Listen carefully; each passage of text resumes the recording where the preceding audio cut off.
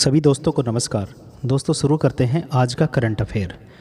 पहला क्वेश्चन है कि भारत ने निम्न कार्बन स्थानांतरण को बढ़ावा देने और ग्रामीण क्षेत्रों में उद्योग परिवर्तन का समर्थन करने के उद्देश्य से किस देश के साथ लीड आईटी 2.0 पर हस्ताक्षर किए। मुद्दा ये है लीड आईटी 2.0 ये क्या है। भारत ने किस देश के साथ निम्न कार्बन स्थानांतरण यानी कि ऐसी टेक्नोलॉजी उद्योगों में इस्तेमाल की जाए कि वो निम्न कार्बन का यानी कि कार्बन का कम उत्सर्जन करे। तो लीड आईटी 2.0 पर हस्ताक्षर किए हैं भारत ने। किस देश के साथ मिलकर किए हैं? ऑप्शन ए है Sweden, option B Indonesia, option C Bharat और ऑप्शन डी बांग्लादेश। तो इसका सही जवाब है ऑप्शन ए स्वीडन। तो भारत ने क्या किया कि अभी जो है COP28 चल रहा है। कहाँ पर चल रहा है? दुबई में चल रहा है। COP का मतलब कॉन्फ्रेंस ऑफ पार्टीज़। ये जलवायु परिवर्तन को लेकर के एक बैठक होती है और जो UNFCCC जो इसके जो सदस्य होते हैं 198 इसके सदस्य देश हैं, तो वो सब लोग बैठ कर क्या करते हैं, हर साल एक पार्टी का इनका मीटिंग होता है। और अभी जो COP28 है वो कहाँ पर चल रहा है? दुबई, संयुक्त अरब अमीरात में चल रहा है। तो उसमें प्रधानमंत्री जी मोदी जी भी पहुँचे और उन्होंने संबोधित करते हुए 1 दिसंबर को प्रधानमंत्री मोदी जी ने दुबई में COP28 के दौरान लीड आईटी यानी कि lead IT 2.0 leadership group for industry transition ये पोर्टल लॉन्च किया। इसका उद्देश्य क्या है कि ग्लोबल साउथ को जल्दी और आसानी से क्लाइमेट चेंज की परेशानी से निजात दिलाना है। अब ग्लोबल साउथ कौन होता है? जो लैटिन अमेरिका और ये अमेरिका के नीचे वाले जो देश हैं, नीचे साउथ की साइड में जो अल्प विकसित और विकासशील और अविकसित जो देश हैं उनको ग्लोबल साउथ में काउंट किया जाता है। तो उनको क्या है कि जो क्लाइमेट चेंज है उसकी परेशानी से क्या करना है। तो लीड आईटी की शुरुआत तो 2019 में हुई थी, लेकिन लीड आईटी 2.0 इसका अभी क्या हुआ है, अभी लॉन्च हुआ है। तो इसमें शुरुआत में क्या है कि लोहा, इस्पात, सीमेंट और एल्यूमिनियम जैसे उद्योगों को क्या दी गई है, प्राथमिकता दी गई है। अगला क्वेश्चन है कि हाल ही में भारत ने कौन से कोप की मेज़बानी करने का प्रस्ताव रखा है। तो अभी जो COP28 है वो दुबई में चल रहा है। अब कौन सा कोप है? 29, 30, 31, 32, 33 इनमें से कौन सा एक है जिसकी की मेज़बानी का प्रस्ताव इंडिया ने रखा है? तो ऑप्शन है COP30, COP31, COP32 और COP33। तो COP33 जो कि 2028 में आयोजित होने वाला है उसकी मेज़बानी भारत ने करने का प्रस्ताव रखा है। और उन्होंने प्रधानमंत्री मोदी जी ने संबोधित करते हुए कहा कि भारत 2030 तक अपना 45% उत्सर्जन कम करेगा और गैर जीवाश्म यानी कि जो फॉसिल फ्यूल नहीं है उनमें ईंधन की हिस्सेदारी को 50% तक बढ़ाएगा। और उन्होंने COP33 की मेज़बानी करने का प्रस्ताव भी रखा जो कि 2028 में होना है। तो COP33 2028 में जो होने वाला है उसकी मेज़बानी करने का प्रस्ताव किसने रखा है? भारत ने रखा है। प्रधानमंत्री मोदी जी ने अपने संबोधन में ये कहा है। अगला क्वेश्चन है कि हाल ही में केंद्रीय आवास और शहरी मामलों के मंत्रालय ने एम्प्लीफाई 2.0 लॉन्च किया। ये क्या है? तो इसका ऑप्शन क्या है कि इसमें क्वेश्चन में ही ऑप्शन छुपा दिया, तो ये क्वेश्चन गलत हो गया। इसका सही जवाब ही है केंद्रीय आवास, ग्रामीण और शहरी मंत्रालय। पूछना ये था कि एम्प्लीफाइड 2.0 लॉन्च किया है ये किस मंत्रालय ने लॉन्च किया है।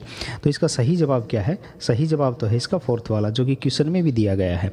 इसमें क्या कहा गया है कि एम्प्लीफाई जो 2.0 है इसमें है, इसका अगर एब्रीविएशन देखें, हम फुल फॉर्म देखें तो assessment and monitoring platform for liveable, inclusive and future ready urban India इस पोर्टल का पूरा नाम है। ये क्या करेगा कि ये एक कच्चे डाटा एकत्रित करेगा। किन 14 क्षेत्रों में 14 क्षेत्रों के ये डाटा एकत्रित करेगा और सबको एक साथ उपलब्ध कराएगा। तो कौन कौन से वो क्षेत्र हैं? जनसांख्यिकी, अर्थव्यवस्था, शिक्षा, ऊर्जा, पर्यावरण, वित्त, शासन, स्वास्थ्य, आवास, गतिशीलता, ये 14 क्षेत्र हैं। इनके बारे में सिर्फ डाटा एकत्रित करना इस पोर्टल का काम है। ठीक है।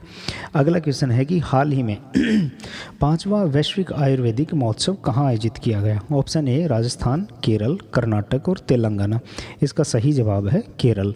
तो ये जो 5वां आयुर्वेदिक महोत्सव है ये कहाँ पर? केरल के तिरुवनंतपुरम में आयोजित किया गया। इसका उद्देश्य क्या है? उद्देश्य वही है, आयुर्वेद को प्रोत्साहन देना है।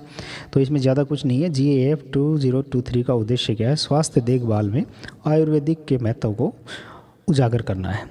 ठीक है। अगला क्वेश्चन है, हाल ही में जल शक्ति मंत्रालय द्वारा कहाँ में जल इतिहास उत्सव आयोजित किया गया? उत्तराखंड, नई दिल्ली, गुजरात और महाराष्ट्र। तो ये नई दिल्ली में, ये सिंगल लाइन क्वेश्चन था, इसको ज़्यादा याद नहीं करना है, बस एक नॉलेज के लिए था कि दिमाग में थोड़ा बहुत रहे। अगला क्वेश्चन है कि हाल ही में किसको भारत की पहली महिला सहायक डी कैंप एडीसी नियुक्त किया गया है? तो ये मनीषा पाडी हैं, सुरेखा श्रीवास्तव जी हैं, नताशा ढल हैं और अमीषा नंदन हैं। तो इसका जो सही जवाब है वो ऑप्शन ए है। मनीषा पाडी जी जो हैं, इनको क्या किया गया है? सहायक डी कैंप एडीसी नियुक्त किया गया है, एडीसी नियुक्त किया गया है। और जो मनीषा पाडी जी हैं, ये क्या है? एयरफोर्स से संबंधित है, आईएएफ से संबंधित है, इंडियन एयरफोर्स से, और इनकी जो रैंक है वो स्क्वाड्रन लीडर है। तो जैसे कि आर्मी में स्क्वाड्रन लीडर के इक्विवेलेंट जो रैंक होती है वो मेजर की होती है, और ये पहली महिला है जिन्हें इनके रूप में नियुक्त किया गया है। तो ये बिल्कुल याद करने वाली बात है, क्योंकि अगर कोई चीज़ पहली होती है उसको एग्ज़ाम की दृष्टि से बिल्कुल पक्का याद करके जाना है। तो जो ये पहली महिला एडीसी बन गई हैं स्क्वाड्रन लीडर मनीषा पाडी, और इनको जो है नियुक्त किसने किया? मिजोरम के राज्यपाल डॉक्टर हरि बाबू कंभमपति ने इनको क्या किया है? नियुक्त किया है। तो वेरी इंपॉर्टेंट क्वेश्चन है ये, इसको याद करना है। अगला क्वेश्चन है कि हाल ही में उत्तर प्रदेश के फिरोजाबाद का नाम बदलकर क्या कर दिया गया है? देखिए, फिरोजाबाद का नाम बदलकर माननीय योगी जी ने इसका नाम सूर्यनगर कर दिया, चंद्रनगर कर दिया, कि रामनगर कर दिया, प्रतापनगर कर दिया। तो इसका जो नाम है वो चंद्रनगर कर दिया। क्यों कर दिया? क्योंकि पहले मुग़लों के समय से पहले, यानी कि मुग़लों के समय की बात करें हम, तो इसका नाम चंद्रद्वार हुआ करता था, लेकिन अकबर ने 1566 में इसका नाम चंद्रद्वार से बदल करके फिरोजाबाद कर दिया।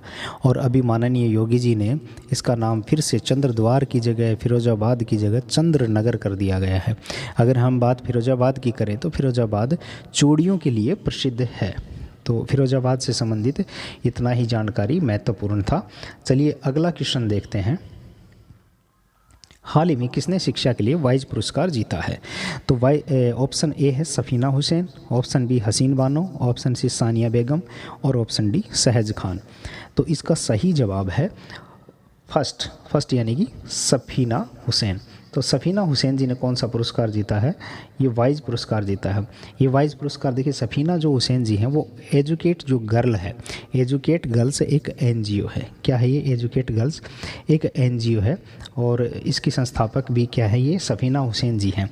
इन्होंने क्या किया है कि भारतीय गाँवों में जो भी बालिकाएँ किसी कारणवश क्लासेज यानी शिक्षा को ड्रॉप कर देती हैं, तो उन 14 लाख लड़कियों को इन्होंने दोबारा से मुख्य धारा में लाने का काम किया और शिक्षा से जोड़ने का काम किया। तो इनको क्या मिला है? वाइज पुरस्कार मिला है।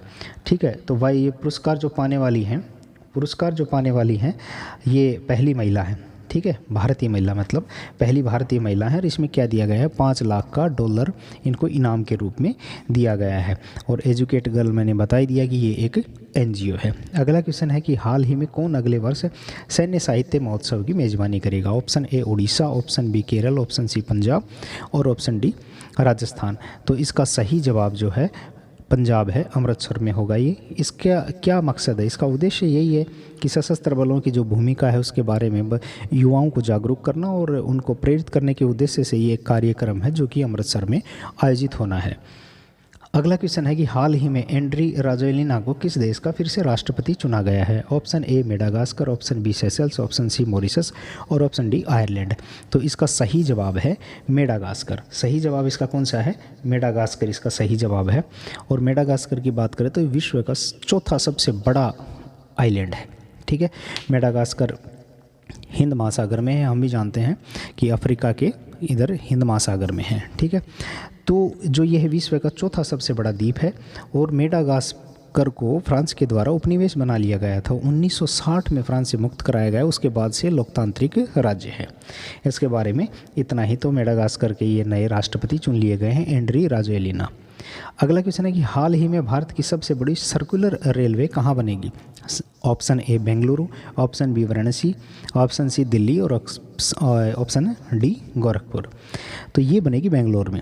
बेंगलोर में इसका उद्देश्य यही है कि यातायात की भीड़ को कम करना है और कनेक्टिविटी को बढ़ाना है। कितनी लंबाई रहेगी? 287 किलोमीटर। इतना ही जानना है बस। अगला क्वेश्चन क्या है?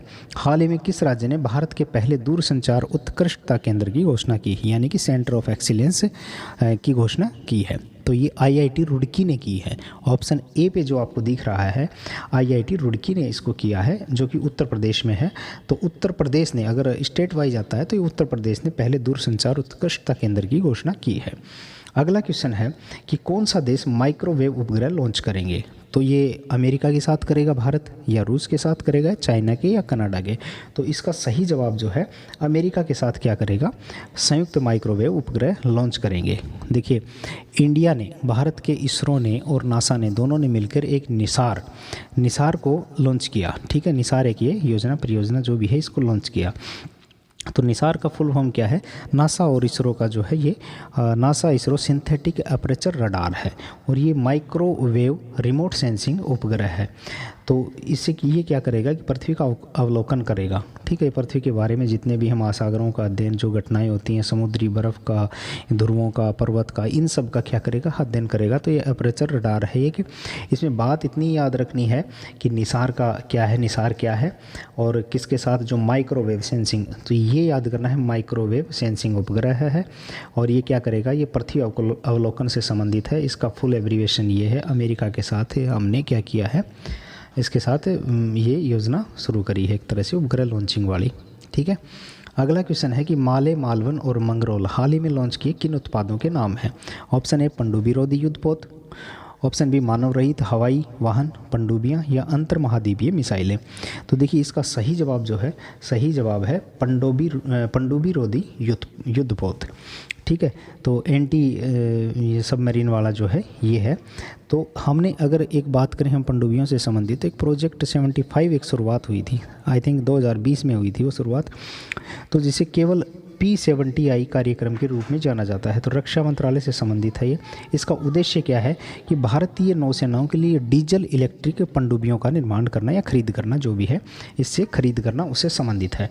तो इसके अंदर 6 पनडुब्बियों को विकसित करने की बात करी गई है। INS कलवरी, INS वासगीर, INS वेला, INS खंडेरी, INS करंज और INS वागीर। तो वागीर सबसे लास्ट में अभी जो करी गई है वो INS वागीर है। ठीक है, तो इस प्रोजेक्ट 75 में 6 पनडुब्बियाँ हैं। पहली पनडुब्बी की अगर बात करें तो सल्की भारत की स्वनिर्मित पहली पनडुब्बी है। ठीक है, तो ये माले, मालवन, मंगरोल हाल ही में लॉन्च के किन उत्पादों के नाम हैं, ये एंटी सबमरीन जो युद्धपोत है उनके नाम हैं। अगला क्वेश्चन है कि रक्षा मंत्रालय ने upgraded super rapid gun mount और अन्य उपकरणों के लिए लगभग 3000 करोड़ रुपए के अनुबंध पर किस संगठन के साथ हस्ताक्षर किए हैं। ये सिंपल सिंगल लाइन क्वेश्चन है, इसको आपको याद करना है किसके साथ, बेहल के साथ हमने क्या किए हैं, हस्ताक्षर किए हैं। किसके लिए, सुपर रैपिड गन माउंट के लिए, और अन्य उपकरणों के 3000 करोड़ रुपए का अनुबंध था ये, और इस पर हस्ताक्षर किए हैं।